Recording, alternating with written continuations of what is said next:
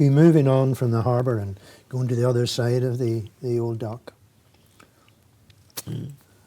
About 2 weeks ago, the chairman of Portrush Heritage Group, John McNally, did a presentation on the Kelly plan. It was an excellent presentation, by the way, don't tell me. I agree. Okay. But he left it in such a way that everybody had to make their own mind up about it. And we discussed it at home, and different people have mentioned to me since then. Tell me about the Kelly plan. Your views of the Kelly plan. There's a lot in the Kelly plan, and I've read it once or twice, but I couldn't talk an awful lot about it because there is so much. But there were some interesting ideas that he had, like boring holes through the cliff face at the back of the harbour, which would probably have been disastrous, like filling in the old dock. Which really is there for a very good purpose. Which is? What is the purpose? It was sometimes referred to as a spending bay because the seas coming in would be broken down in the old dock instead of perhaps rising above the quays. So the old dock does have a purpose. Right, okay. And to fill it in could be not a good idea. So the old dock was one of the ideas he had. The thing about the Kelly plan that always struck me was I covered meetings of the Portrush Council for a long time, from the early 60s to the 70s. And it's amazing how often, and you didn't realise it at the time, because I hadn't seen the Kelly plan until after the council went. It was amazing the number of times that schemes came up that actually fitted into the Kelly plan. Although the Kelly plan was never totally put together, certain bits of it were, the shadow of it was always there. Oh, I see. The ghost of it was always there.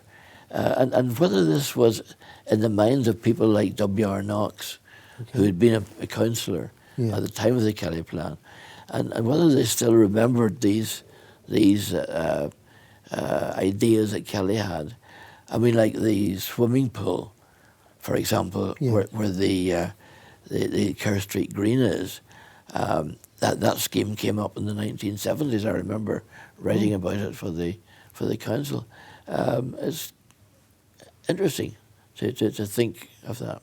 Was it purely a romantic idea of an architect, or was it all, in your views, were any of it feasible? Well, you see, I look at it from the journalist's point of view.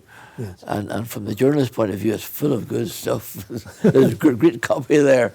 Okay. But a lot of it probably, I would say when Mr. Kelly was writing it, he knew very well that a lot of it would never see the light of day.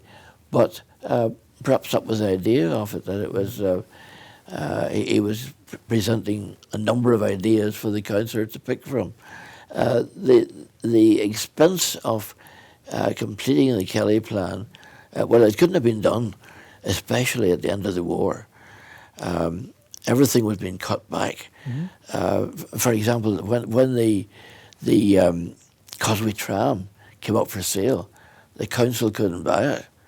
They should have, and they could have had it for a few £100. Gosh. But they couldn't afford it because they had just invested a lot of money in various schemes for the town. So the money wasn't there to complete the Kelly plan. Having said that, it was a marvellous piece of architectural,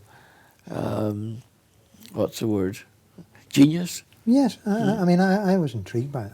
I really was. And I think, that being raised at this particular time, I think it'll be debated for years to come. It's something that had just been forgotten about. And it's been a marvellous thing to be aired, and it'll be talked about for a long time to come. Okay, Hugh, we'll leave it there at the minute, okay? And we'll start again on another area of the town shortly.